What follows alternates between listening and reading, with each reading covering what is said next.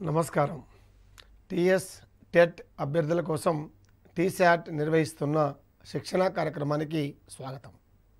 ఈరోజు science, biology content paper 2లో భాగంగా మొక్కల నుండి వచ్చే దారాలు, మొక్కలలో ప్రత్యుత్పత్తి అనే అంశాల గురించి తెలుసుకుందాం. సైన్స్ సంబంధించి పేపర్ 2లో 30 మార్కులు ఉంటాయి. ఇది మనకు అవగాహన ఉంటుంది. దీనిలో ఫిజికల్ సైన్స్ 12 మార్కులు కంటెంట్కు ఉంటుంది. బయాలజికల్ సైన్సు, జీవశాస్త్రం కూడా 12 మార్కులు కంటెంట్కు ఉంటుంది. 6 మార్కులు బోధనా పద్ధతికి ఉంటాయి.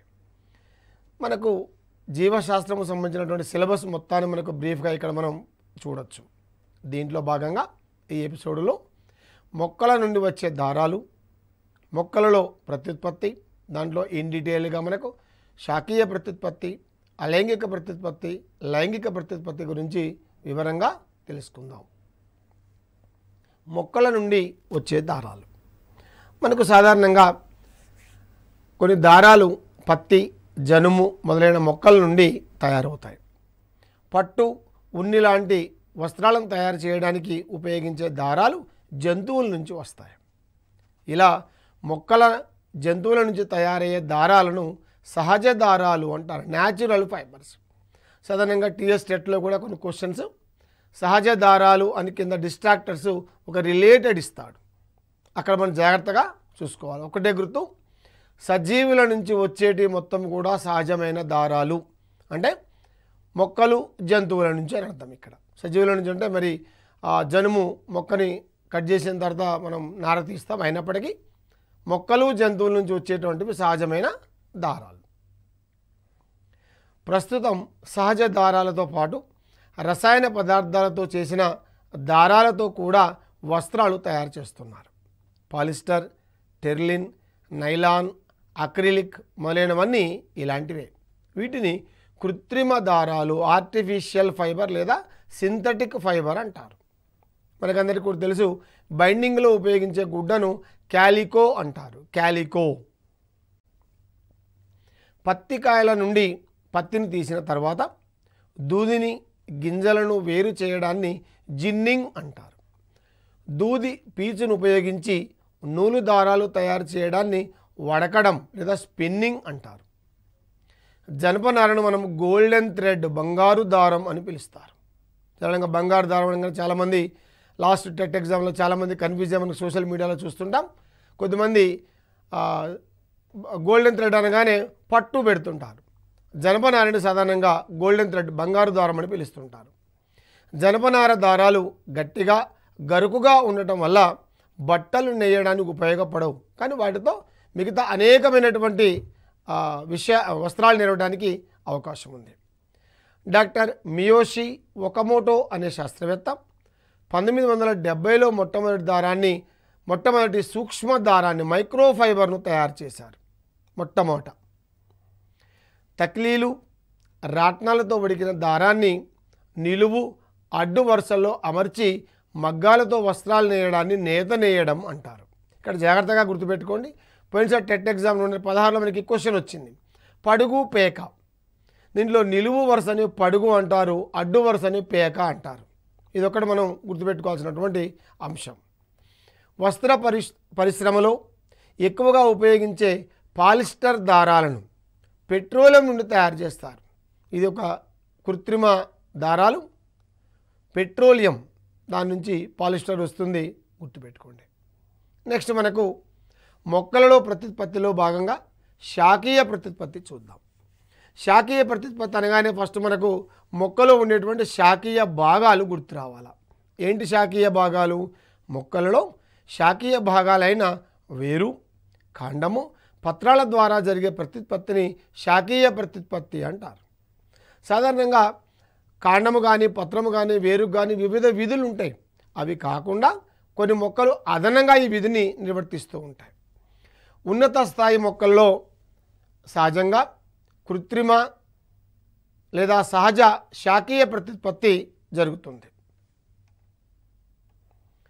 మనము శాఖీయ భాగాల్లో మొదట వేరు నుంచి మనం తీసుకున్నట్లయితే వేర్లు, కరివేపాకు, జామ, బొండుమల్లె మొదలపు మొదలగు మొక్కల వేర్లపై పెరిగేటువంటి చిన్న చిన్న మొగ్గలు, సాధారణంగా వీటిని అబుర మొగ్గలు అంటారు. ఈ చిన్న చిన్న మొగ్గలు చిన్న పిల్ల మొక్కలుగా పెరుగుతాయి. అంటే ఇక్కడ వేర్ల నుంచి పెరిగే మొగ్గలు కూడా కొత్త మొక్కలు ఇస్తున్నాయి. కాబట్టి ఇది వేర్ల ద్వారా జరిగే ప్రత్యుత్పత్తి సహజ శాఖీయ ప్రత్యుత్పత్తి కింద మనం తీసుకుంటున్నాం. నెక్స్ట్ మనకు కాండం. రన్నర్లు, స్టోలన్ల వంటి బలహీన వాయుగత కాండాలు నేలను తాకినట్లయితే అక్కడ నుండి పీచు వేర్లు అభివృద్ధి చెందుతాయి. ఒకవేళ జనక మొక్క నుండి ఈ భాగం విడిపోయినట్లయితే కొత్తగా ఏర్పడిన వేర్ల సహాయంతో కొత్త మొక్కలుగా పెరుగుతాయి. కాండము ద్వారా ప్రత్యుత్పత్తి జరిపే మొక్కలకు కొన్ని ఉదాహరణలు మనం జాగ్రత్తగా గమనిస్తే రన్నర్లు, భూమి మీద మనకు కనిపిస్తుంటాయి. పులిచింత, సరస్వతి ఆకు వీటికి ఉదాహరణలు. స్టోలన్ల ద్వారా జరిగే ప్రత్యుత్పత్తికి మల్లె, స్ట్రాబెర్రీ ఈ మొక్కలు ఉదాహరణలు. లసునాల్, ఉల్లి దీనికి ఉదాహరణ. కొమ్ములు, పసుపు, అల్లం. మనం మళ్ళీ ఎక్కడ కన్ఫ్యూజ్ కావద్దు. పసుపు, అల్లము భూమిలోనే పెరుగుతూ ఉన్నప్పటికీ అవి వేర్లు కావు, అవి కాండాలు. మరి భూమిలో పెరుగుతున్నాయి కదా, ఇది వేర్లు కాదు కాండమని ఎలా చెప్పొచ్చు అంటే పసుపు మరియు అల్లం కొమ్ముల యొక్క దానిపైన ఉండేటువంటి కనుపులు దీన్ని సూచిస్తాయి. దుంపకాండం అంటే బంగాళదుంప, మన ఆలుగడ్డలు, ఇది కూడా భూమిలో పెరుగుతూ ఉన్నప్పటికీ దానిపైన ఉండేటువంటి కనుపుల ద్వారా ఇది కాండము అని గుర్తుపట్టవచ్చు. మరి మొదట పత్రాలు. అంటే వేర్లు కాండాలే కాకుండా కొన్ని మొక్కలలో పత్రాలు కూడా శాఖీయ ప్రత్యుత్పత్తిని నిర్వహిస్తాయి. రణపాల వంటి మొక్కల్లో, బిగోనియా, రణపాల వంటి మొక్కల్లో ఆకుల అంచుల వెంబడి చిన్న చిన్న మొగ్గలు వస్తాయి. ఆ మొగ్గలు చిన్న చిన్న మొక్కలుగా ఎదుగుతాయి. అంటే పత్రపు అంచుల వద్ద ఏదైతే చిన్న చిన్న మొక్కలు వస్తాయో ఈ పత్రము పక్వము చెందిన తర్వాత రాలి నేలపై పడినప్పుడు ఆ మొక్కలు మొత్తం కూడా వేరు వ్యవస్థ ఏర్పరచుకొని కొత్త మొక్కలుగా వృద్ధి చెందుతాయి. ఈ విధంగా వేరు, కాండము, పత్రాల ద్వారా జరిగేటువంటి ప్రత్యుత్పత్తిని శాఖీయ ప్రత్యుత్పత్తి అంటారు. సహజ శాఖీయ ప్రత్యుత్పత్తి అంటే మానవ ప్రమేయము లేకుండా జరిగేటువంటి శాఖీయ ప్రత్యుత్పత్తిని సహజ శాఖీయ ప్రత్యుత్పత్తి అంటారు. ఇప్పుడు మనం కృత్రిమ శాఖీయ వ్యాప్తిని చూద్దాం. ఇక్కడ కృత్రిమ శాఖీయ ప్రత్యుత్పత్తి అంటే ఏమిటి అంటే మానవుల ప్రమేయము ద్వారా జరిగేటువంటి శాఖీయ ప్రత్యుత్పత్తి. దీంట్లో మొదటిది ఛేదనం, కట్టింగ్. జనక మొక్క నుండి కోరకము కలిగిన మొక్క భాగాన్ని వేరు చేసి ఆ ఛేదనము చేసిన భాగాన్ని తడి నేలలో నాటాలి. కొద్ది రోజులలో వేర్లు ఏర్పడి మొగ్గలు పెరిగి కొత్త మొక్కగా పెరుగుతుంది. ఉదాహరణ గులాబీ, మందార. మన సాధారణంగా మనకు కూడా తెలుసు, మనం ఎవరైనా బంధువుల ఇంటికి వెళ్ళినప్పుడు, మన యొక్క స్నేహితుల ఇంటికి వెళ్ళినప్పుడు చక్కటి వాళ్ళ ఇంట్లో పూల మొక్కలు కనిపించాయనుకోండి, గులాబీ, మందార మనకు బాగా నచ్చుతాయి. ఒక కొమ్మను మనం కట్ చేసుకొని తీసుకొని మన ఇంటికి తీసుకొని వస్తాం. మన ఇంటికి కుండీలు పెడితే కొద్ది రోజుల లోపల అది వేరు వ్యవస్థ ఏర్పరచుకొని కొత్త మొక్కగా ఎదుగుతుంది. అంటే ఈ రకంగా కట్టింగ్, దీన్ని మనం ఛేదనముగా చెప్పుకుంటున్నాం. ఇది మానవ ప్రమేయంతో జరుగుతున్నది కాబట్టి కృత్రిమ శాఖీయ వ్యాప్తి కింద మనం తీసుకోవచ్చు. మరొక రకం అంటు తొక్కుట. దీన్ని మనం లేయరింగ్ అంటాం. ఏంటి అంటు తొక్కటము? కొన్ని మొక్కలు మనం కట్ చేసి, అంటే ఆ మొక్కలను ఆ కొమ్మని కట్ చేసి తీసుకొచ్చి మన ఇంటి దగ్గర కనుక పెట్టినట్టయితే ఒక్కోసారి రావు. ఎందుకని రావు అంటే వాటికి వేరు వ్యవస్థ లేదు కాబట్టి రావు.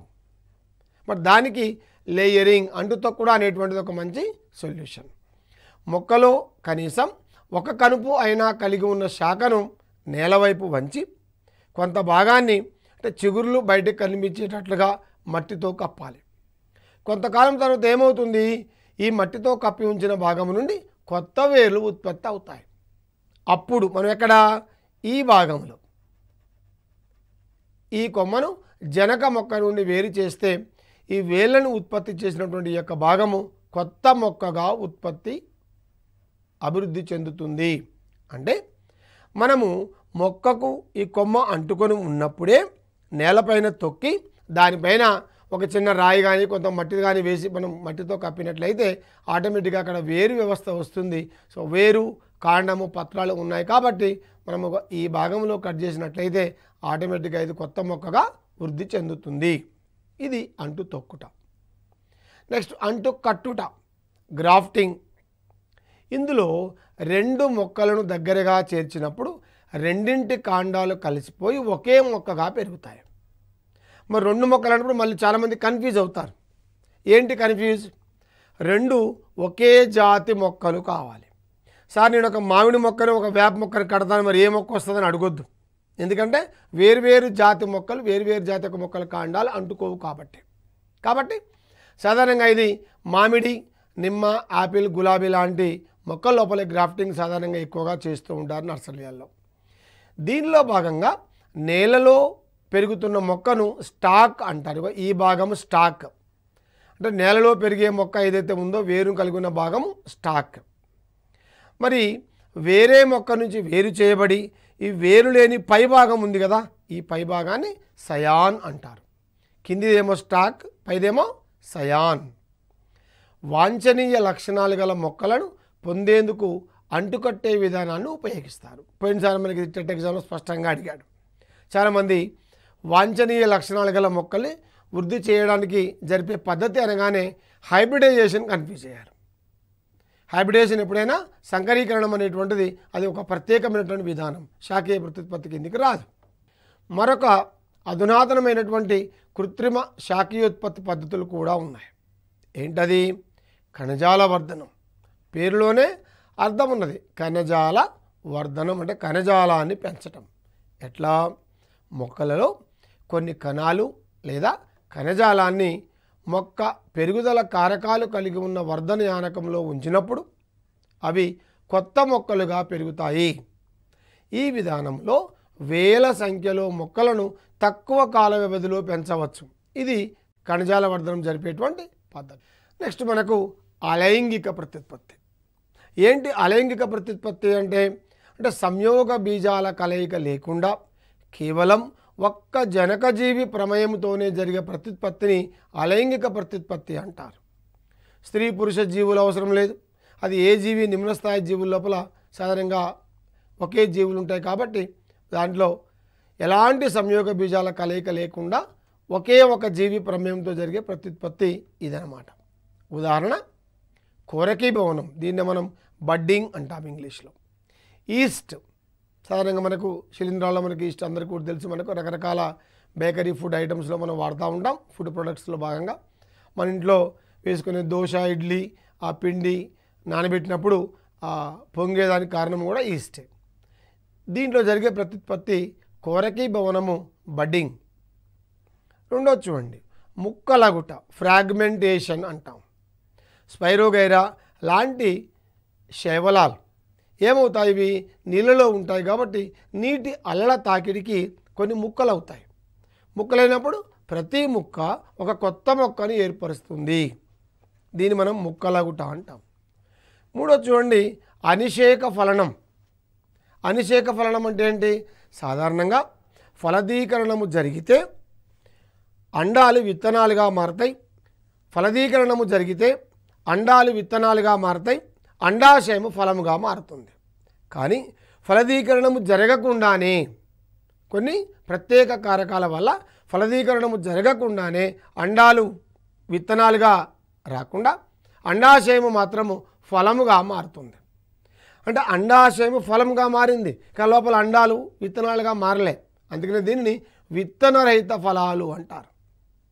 విత్తనాలు లేనటువంటి పుచ్చకాయలు కానీ, విత్తనాలు లేనటువంటి బొప్పాయి కానీ, విత్తనాలు లేనటువంటి ద్రాక్ష, సీడ్లెస్ గ్రేప్స్ అంటాం మనం. ఇవన్నీ ఈ రకంగా వచ్చినటువంటి మొక్కలే. ఇది అలైంగిక ప్రత్యుత్పత్తిలో ఒక భాగంగా మనం సాధారణంగా తీసుకుంటాం.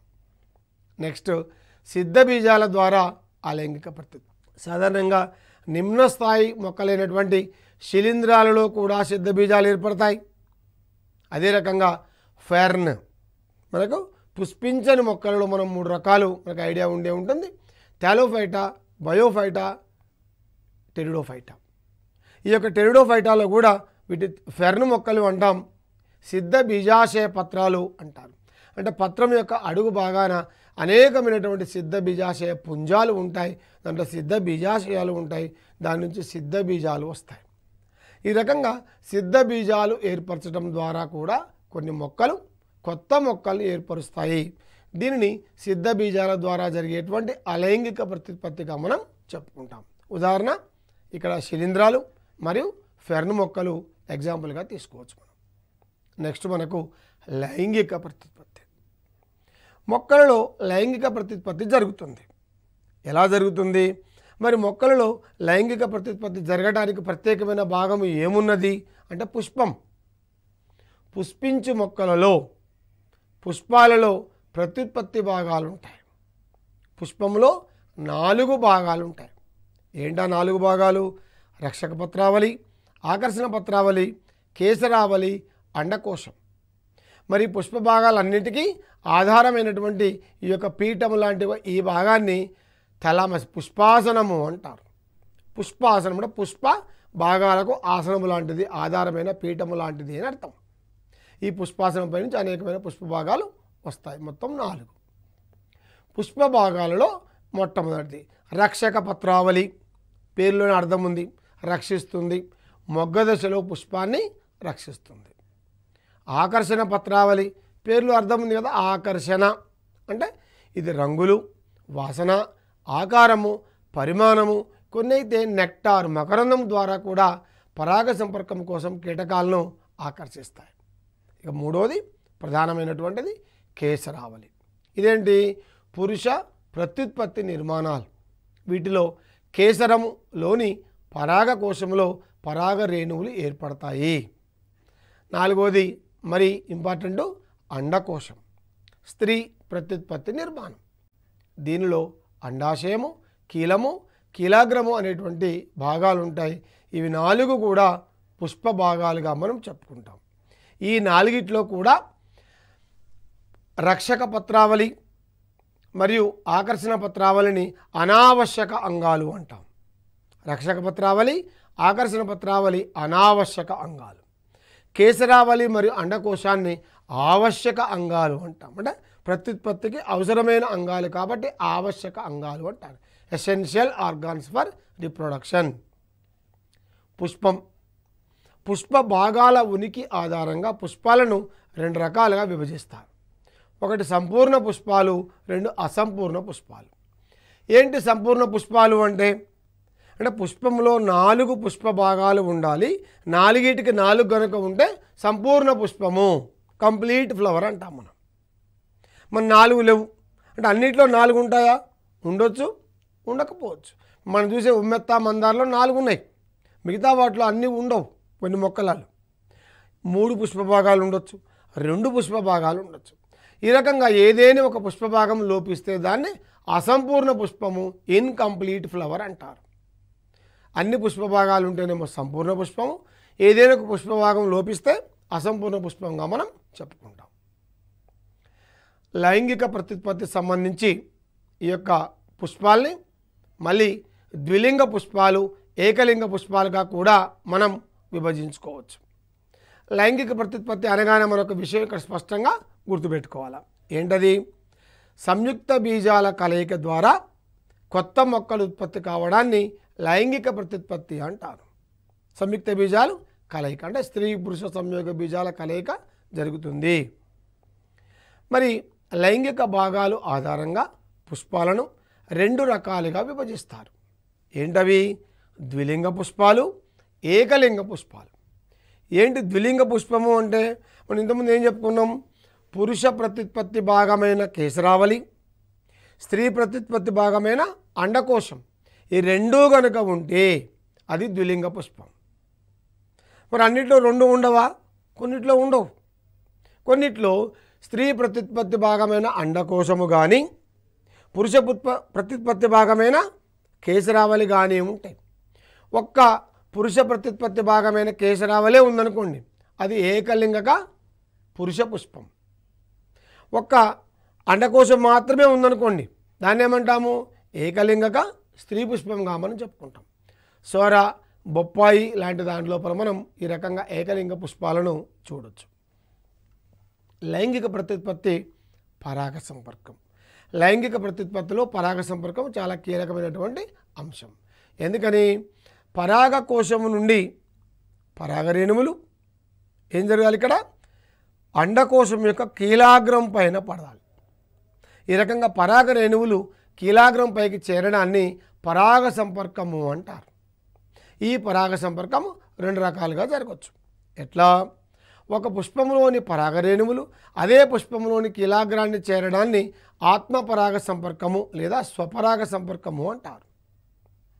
ఒక పుష్పంలోని పరాగ రేణువులు మరొక పుష్పంలోని కీలాగ్రాన్ని చేరడాన్ని పరపరాగ సంపర్కము అంటారు.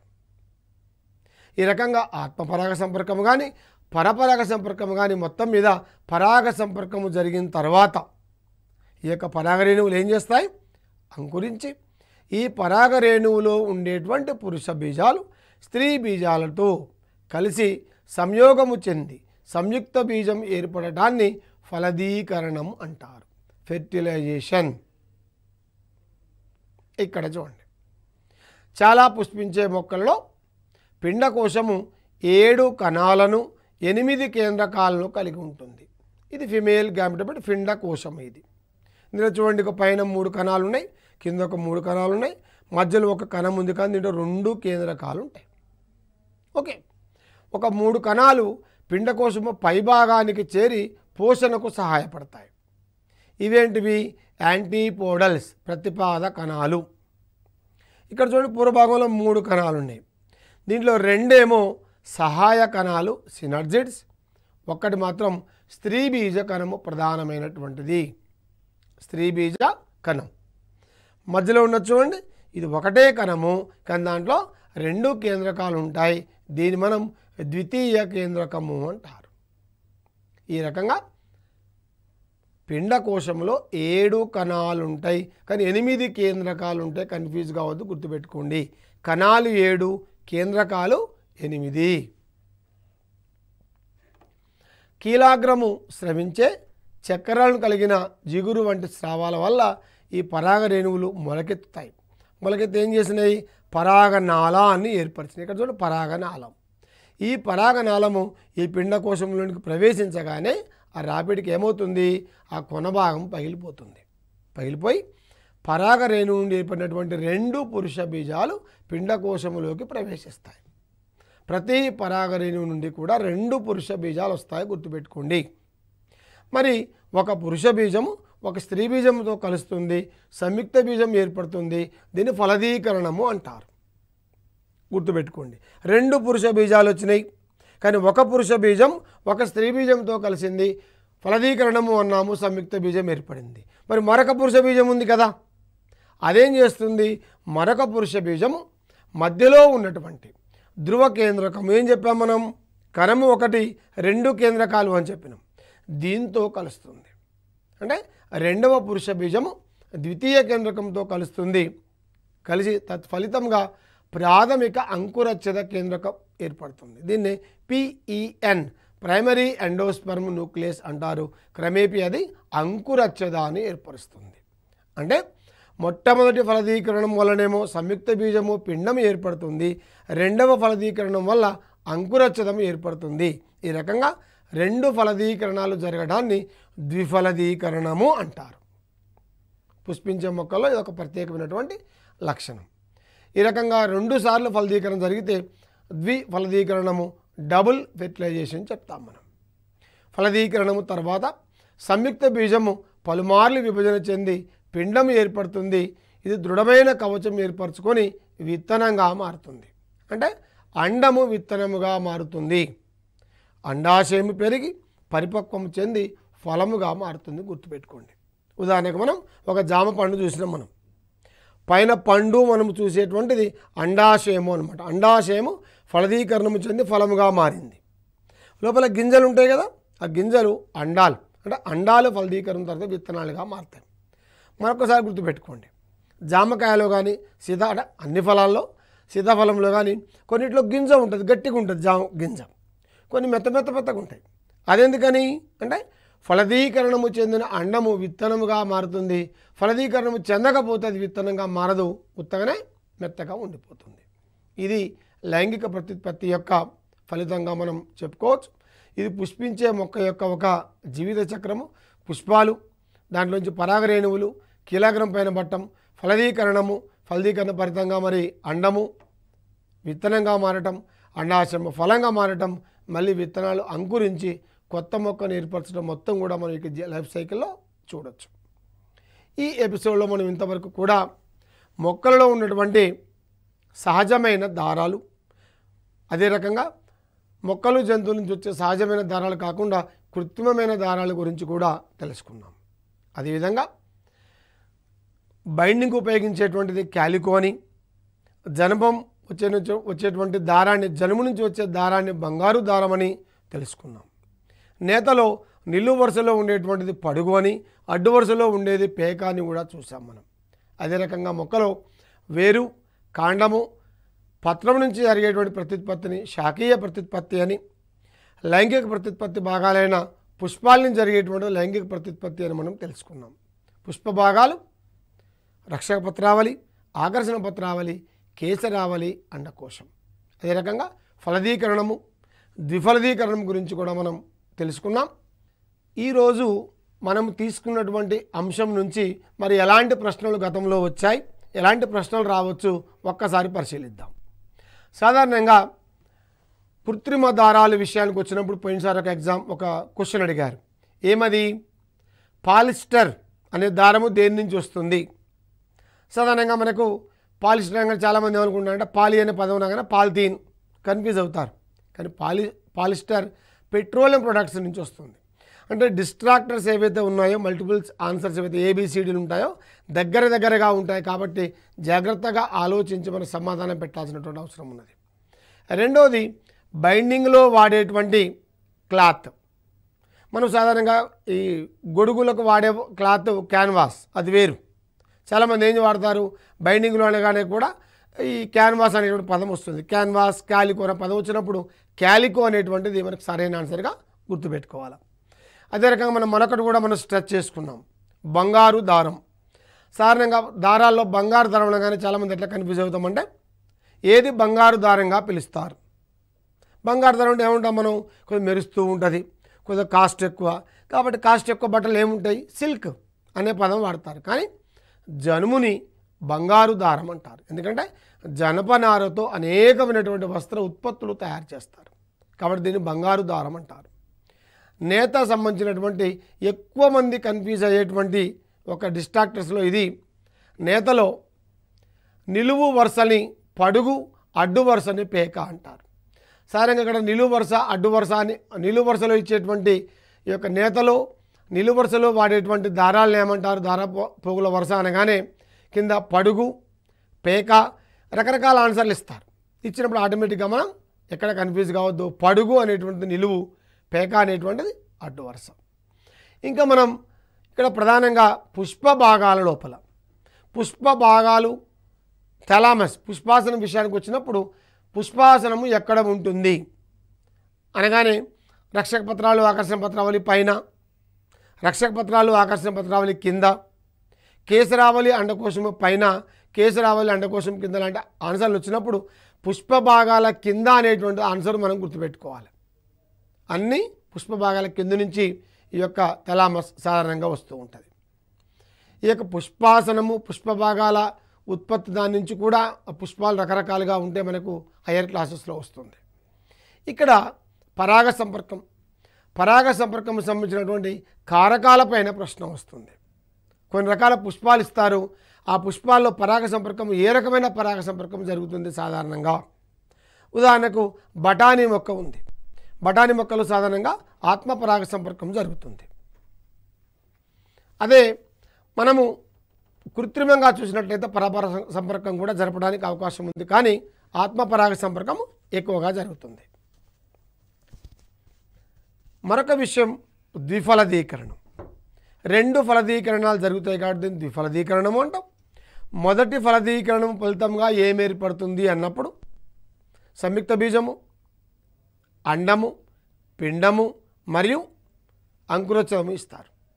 మొదటి ఫలదీకరణము ఫలితముగా సంయుక్త బీజం ఏర్పడుతుంది, అది క్రమేపీ వృద్ధి చెంది పిండముగా మారుతుంది.